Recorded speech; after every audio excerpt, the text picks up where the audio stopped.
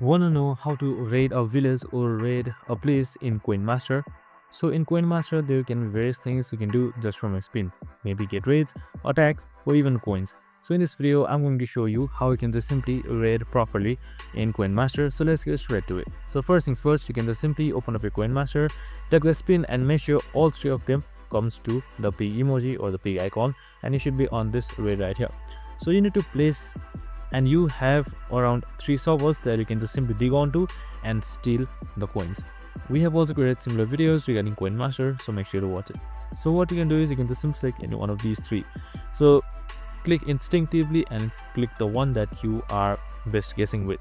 So as you can see right here, it takes some time and you should be getting some coins if it's in the right guess. So if you miss it, there won't be any, and that's it. Super simple and easy. I hope this video helped.